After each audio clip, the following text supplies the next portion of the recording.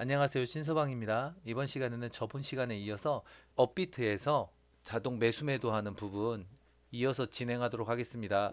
저번 시간에 7가지를 살펴보았는데 7가지 중에 첫 번째 거 매매 시스템 구조 이 부분 살펴보도록 하겠습니다. 여기에서 주식 같은 경우에는 스톡 히스토리라는 부분이 있는데 그 주식마다 과거의 비용 데이터를 기록하는 그런 테이블입니다.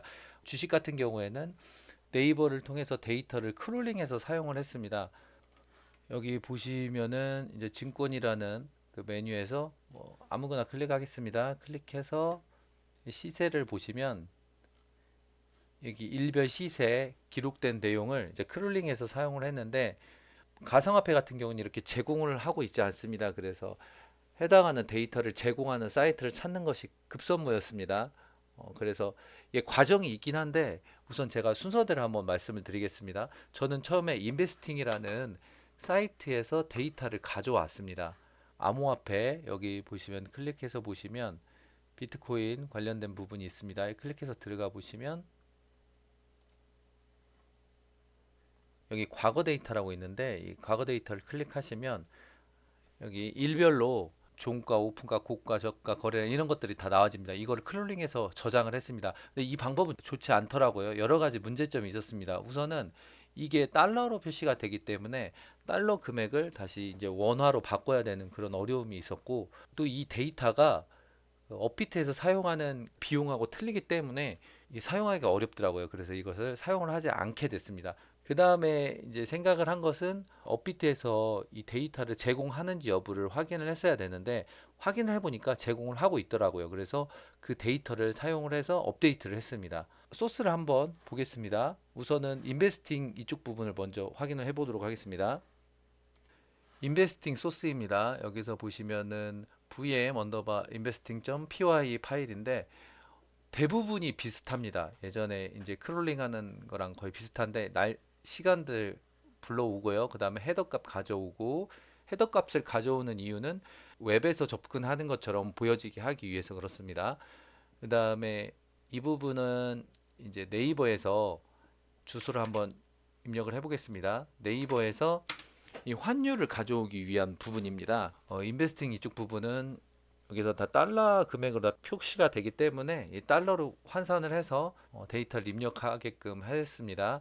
여기 부분은 데이터베이스 접속하는 그런 부분이고요. 여기가 이제 데이터베이스에서 값을 가져오는데 이 값이 어떤 값이냐면 이런 값들입니다. 이 URL 주소 값입니다. 이것을 미리 다 입력을 해놓고 입력된 내용만큼 이 파일문으로 돌려서 인서트하는 식으로 작업을 했었습니다.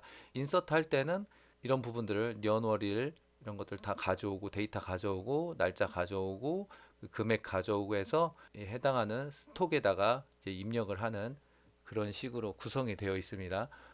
가상화폐 같은 경우에는 24시간 내내 운영이 되지 않습니까? 그래서 이게 데이터가 많이 쌓이면 문제가 되지 않을까라고 생각을 해서 하루에 하나씩만 쌓이게끔 했는데 이게 나중에 가보니까 이게 또 문제가 있더라고요.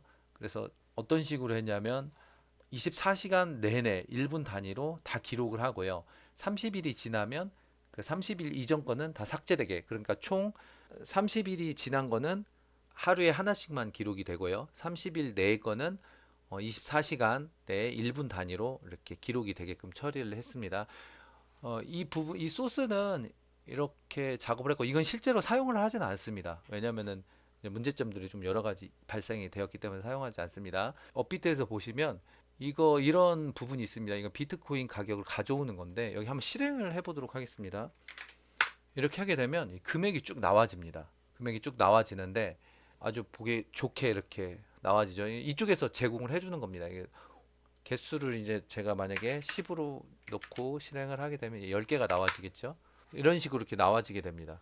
한번 테스트 삼아서 한 100개를 한번 호출해 보겠습니다. 100개를 호출하게 되면 여기 점점점점 나와지고 이게 전체가 다 받아지지는 않습니다. 처음에는 이걸로 작업을 하려고 했는데 이게 나와지지 않는다는 것을 알고 아 이것도 좀 한계가 있구나 라고 생각을 해서 이렇게 이걸로 작업을 하지 않고요. 최종적으로 vm-invest.py 이 파일에서처럼 작업을 했는데 여기 보시면 이것도 마찬가지로 크롤링을 하는데 여기가 중요합니다. 여기 주소 보시면 주소 입력을 하고요. 그 다음에 이 비트코인 관련된 이 코드를 한번 넣어보도록 하겠습니다. 넣게 되면 제이슨 파일 형태로 이게 텍스트가 반환이 됩니다. 이 카운트를 또 넣게 되면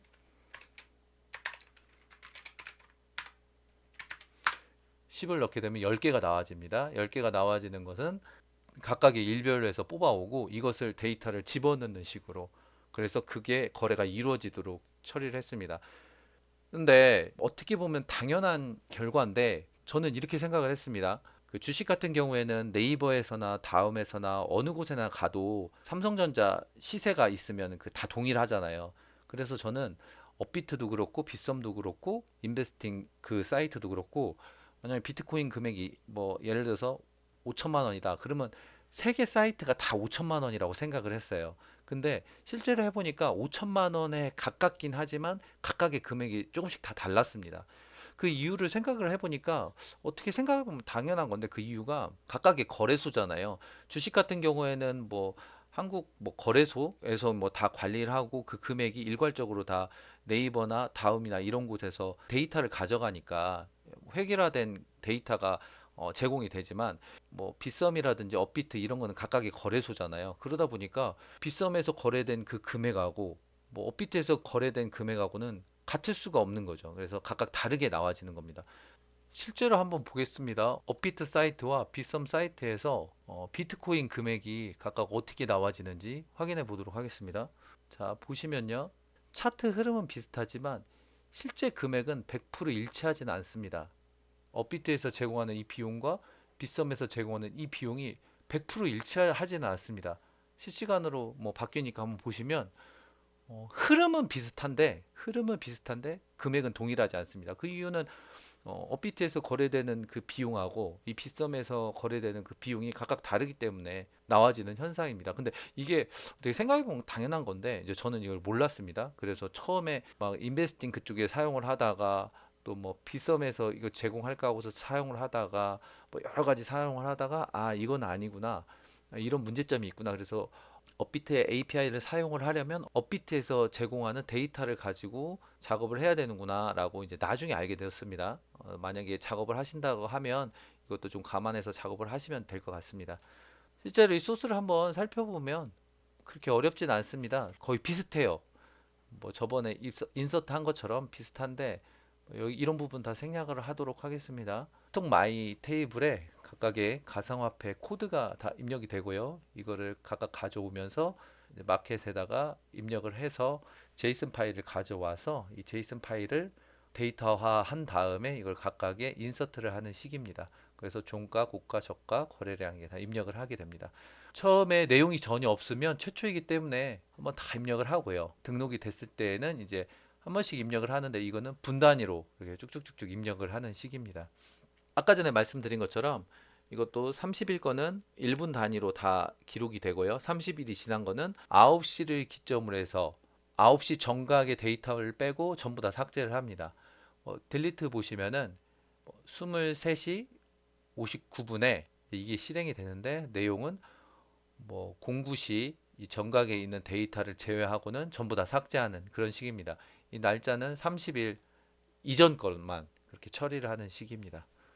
그래서 이 파일은 서버에 저장이 되어 있고요. 거기서 이제 크롬 탭으로 해서 1분에 한 번씩 작동을 해서 이 데이터가 실시간으로 이렇게 기록이 되는 식입니다. 여기까지 해서 가상화폐 시세를 기록하는 그런 부분 확인해 봤습니다. 다음 시간에는 실제로 자동으로 매수 매도하는 그런 프로그램 진행하도록 하겠습니다. 감사합니다. 지금까지 신서방이었습니다.